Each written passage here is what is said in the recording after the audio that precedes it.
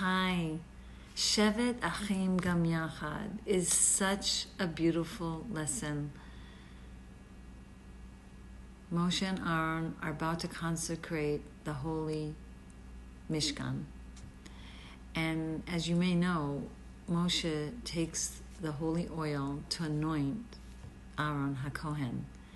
And all of a sudden, the 2 drops of oil fall on Aaron's garment. And Aaron is like, oh my gosh, I hope I didn't defile this oil. It's so holy, and maybe I didn't have enough kavana. Like, oh my gosh. And a bat kol comes out of nowhere and says to Aaron, like the dew of the Hermon, don't worry, you did not defile the oil. And then Moshe Rabbeinu was like thinking, wait a minute, if he didn't defile the oil, maybe it was me. Like maybe it was me, that I was the one that didn't have the kavana and didn't have the holy intention. And I'm the one who defiled the oil. Well,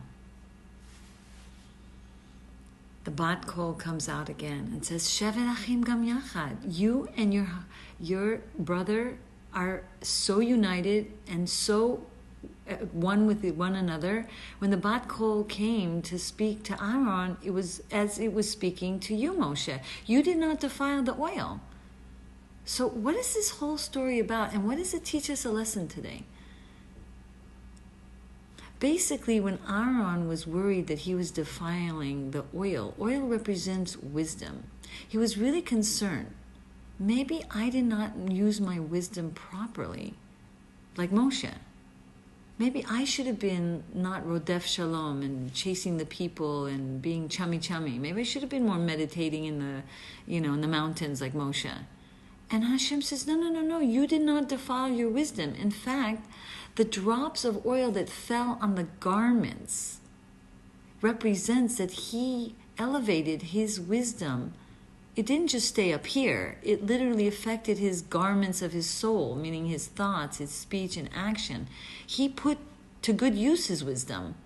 And in fact, the oil went counter gravity and glistened and went up on his beard to show the sign that he really elevated his wisdom to the roots of its source of holiness. So then Moshe was thinking, oh, maybe I'm the one that didn't use my wisdom properly. Maybe I was pie in the sky, always up in Shemayim meditating. Maybe I should have been more like Aaron, using my wisdom to bring more peace between the people. And the bat kol says, no. You did not defile your wisdom either. You had your way of using your wisdom, and he had his way. And both were pure and holy. Both were elevated to the garments of your soul and to the essence of the source of your wisdom. I mean, we see, right? Avraham was chesidic. Yitzchak was more gevurdik. And Yaakov was more tiferes. Avram was more like, did many acts of kindness. Yitzchak, even though his father was like setting the tone and the example, was more studious and stayed in the tents. And Yaakov was a combination of both. And even though they were just like one generation from each other. So we see in our relationships, a man has his type of wisdom, a woman has her type of wisdom. And they're both trying their best to use it in their best way and unique way. And so now we can have a little more patience and a little more understanding. As the saying goes, men are from Venus and women are from Mars. I guess, there's some truth to this.